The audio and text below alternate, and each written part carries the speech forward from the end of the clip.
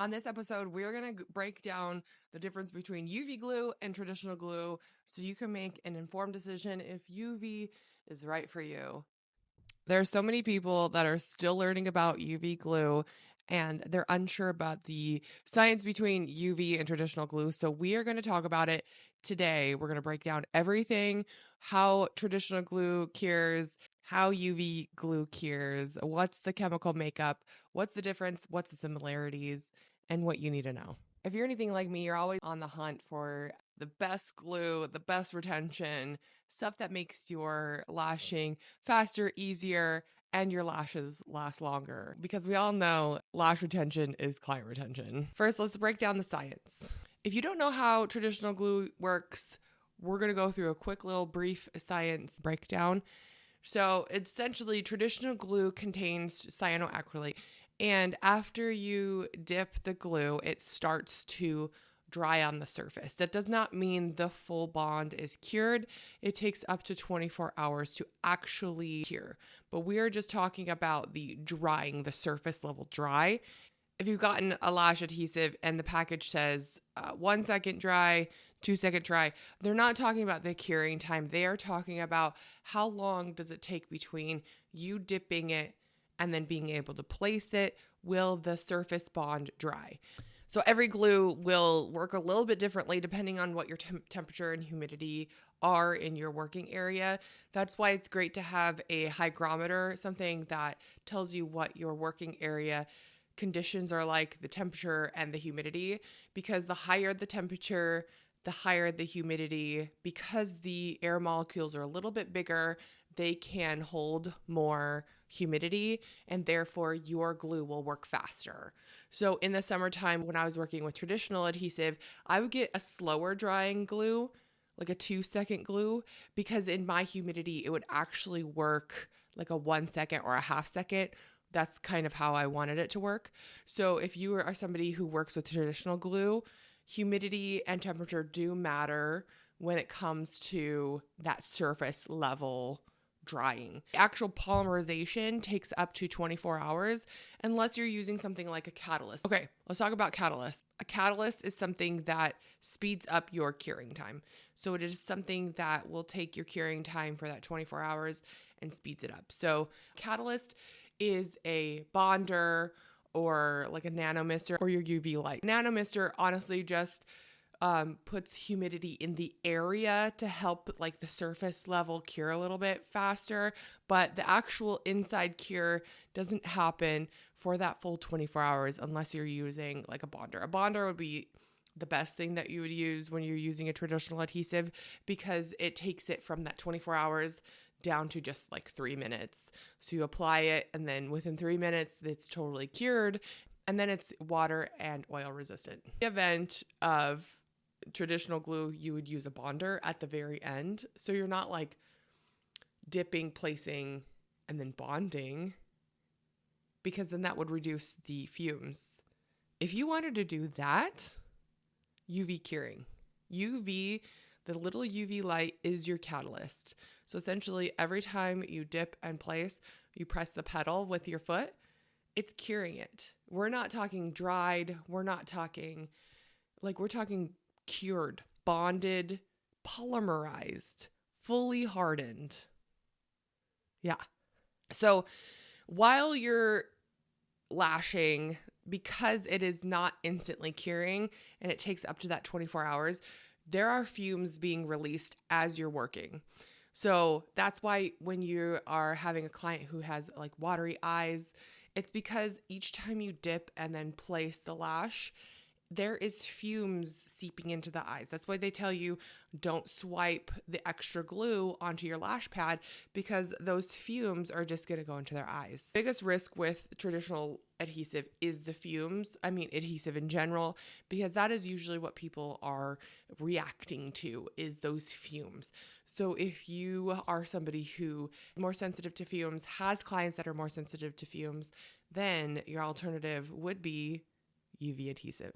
Traditional glue usually just has cyanoacrylate. The difference between traditional glue and UV glue is UV glue has an added chemical called a photoinitiator. A photoinitiator is an added chemical. What happens is the wavelength of the UV light interacts with the photoinitiator to speed up the curing. So essentially, the light shines on it, the photoinitiator receives that signal, bounces around, and it causes the cyanoacrylate molecules to bond together to create that instant bond.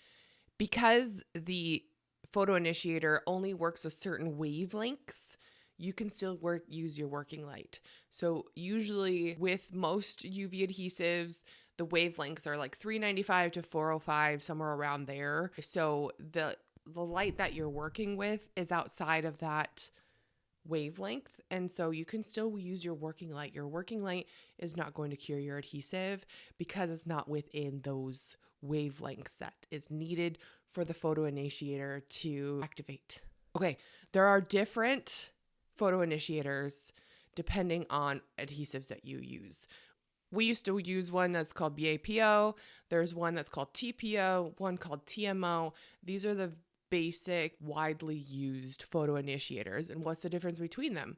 So TPO is the most caustic. It actually has a warning for mothers that are nursing or the ones that are wanting to conceive or that are pregnant, just because when that adhesive is uncured, it has an effect, or it can have an effect on reproduction. There's a new study that is showing that BAPO has some effect on the living tissue. So when it's uncured, that can affect some of the living tissue. And as these studies, and it's going to be banned in Europe, we have decided, because we do sell in Europe, and those are the highest standards, to change our photoinitiator. Now we use a chemical called TMO. And essentially, it is the most effective for what we need it, safe and tested. So it's a great alternative. So if you're looking for UV glues, this is something to be cautious of, is the photoinitiator that is used. So make sure that you check your SDS forms to make sure that you are using something that is safe. Within UV adhesives, there are different percentages of cyanoacrylates within formulas. So certain formulas can be 90%, certain formulas can be like 60 or 70%. And why would you choose one over the other?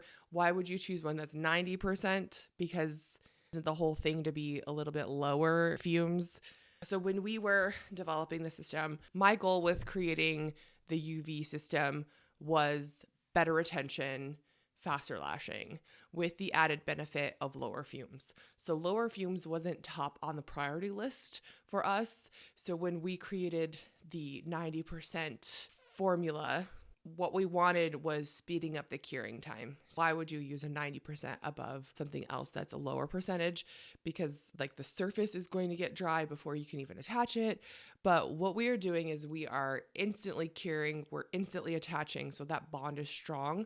So it's not about the percentage. The percentage will lower your fume rate, which is really great for somebody who is more sensitive and who has like more prone to allergies. A 90% still works really well. And because it is still cyanoacrylate, it is still going to be affected surface level by humidity and temperature. So I have been working with a 70% formula and a 90% formula. And my 70% formula, because I have a higher humidity and a higher temperature, that surface still can get dry before I even activate the light. So the glue still can grab and it still can be surface dry, still not fully cured. And then when I press the pedal, that's when it fully cures.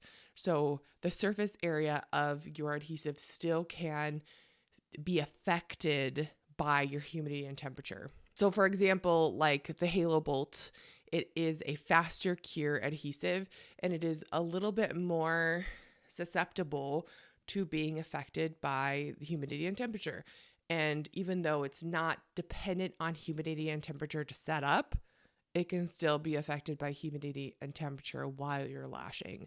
So it's something to keep an eye on, because if you do have higher humidity, higher temperatures during certain times, you might have to alter which adhesive that you're using, because it might start drying surface level for your working speed. 90% cyanoacrylate safer, or is 60% safer?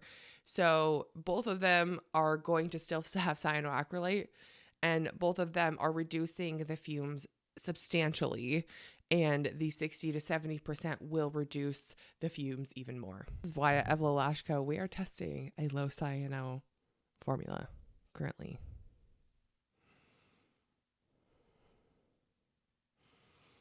Gotta watch out for it. So essentially with UV glue, you can lash faster, you can have a stronger bond, and you can lash confidently with EvLo Lash Co. Okay, love you, bye.